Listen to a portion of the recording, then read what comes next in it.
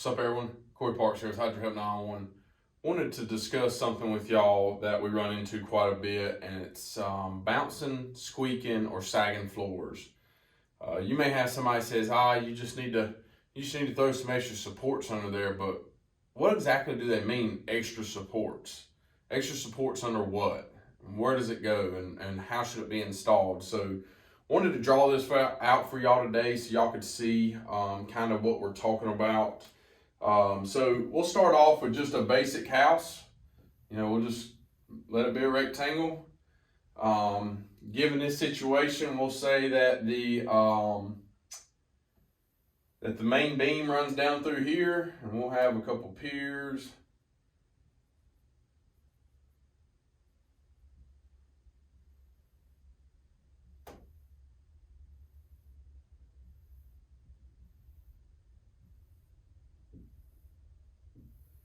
These are your floor joists. So your floor joists run from the front of your house to the main beam, from the main beam to the back of your house, given this scenario. No matter how your house is laid out, you have main beams, which we also call girders, and then you also have floor joists. So why does this matter? Well, if your house was built 80s, 70s, and before, a lot of times these floor joists are undersized, or for the size they are, they span too long. So a lot of times what we see is, we'll see 2x8 floor joists that are spanning 15 foot. It's entirely too long. I believe today's code, to go 15 feet, it's got to be a 2x12. So a pretty big difference, but this is an easy solution. Floor squeak, bounce, you feel a little bit of shaking on when you walk. Very, very easy solution here. What we typically do is come in, and we'll add another beam right here and right here. The green line represents the beam we're adding, and we'll also add, just like your existing main beam, we'll add piers.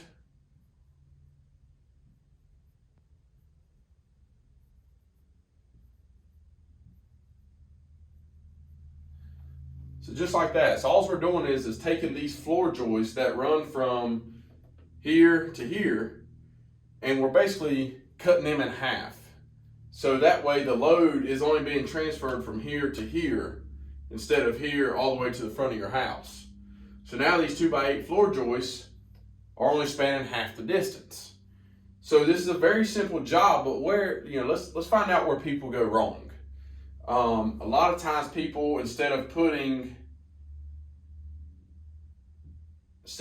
this main beam down through here, a lot of times what they'll do is they'll come in, and I'm gonna draw an X just to represent. They'll just put a 2x4 or a 4x4 sitting on top of the ground. So let's say they'll do here, maybe this floor joist looks like it's sagging, and maybe here, and one here, and one here, and next thing you know, you have 4x4s and 2x4s everywhere under your crawl space. That's a red flag for me when I walk in, or when I crawl into a crawl space. I know it's a red flag for home inspectors, it's a red flag for structural engineers. This is what you're going to see from a handyman. They're not going to pour footer, they're not going to do things correctly. This is it. It's a temporary fix and I say temporary, and I mean a short temporary fix. Couple weeks, maybe get 2-3 months out of it. And here's why I say it's a temporary fix, because what I see when a handyman does something like this is what happens. These piers that was here when you built your house, depending on the age, if it was before the time of code and before all the research and studies come out, I understand. But today's code says that a footer should be 24 inches by 24 inches, and it should be 12 inches deep. So what happens is, if you don't pour this footer, we'll just call that the ground, and you set a post on that ground and put weight on it, this dirt is going to collapse down over time.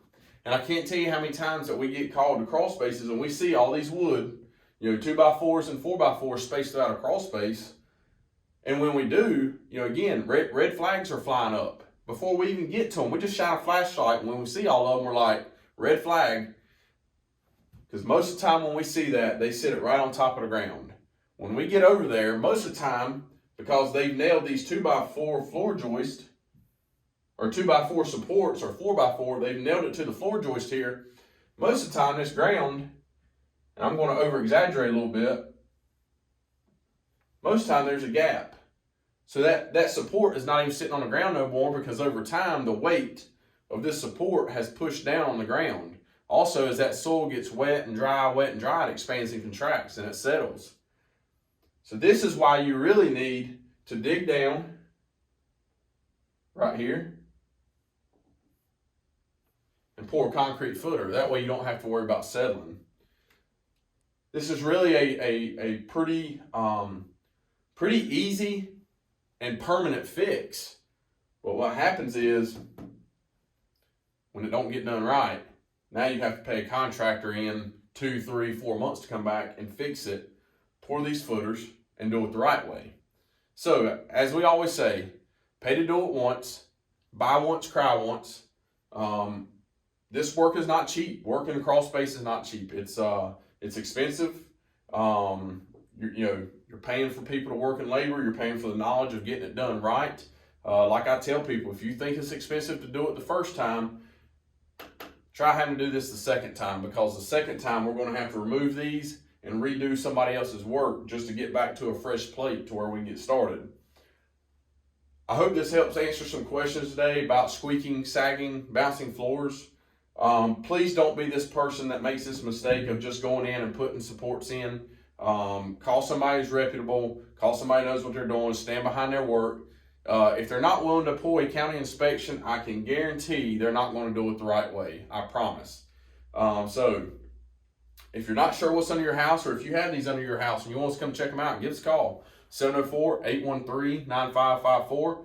We'd be more than happy to check it out for you. And if it ain't installed correctly, we can get it corrected for you. Y'all have a good day, and thanks for watching.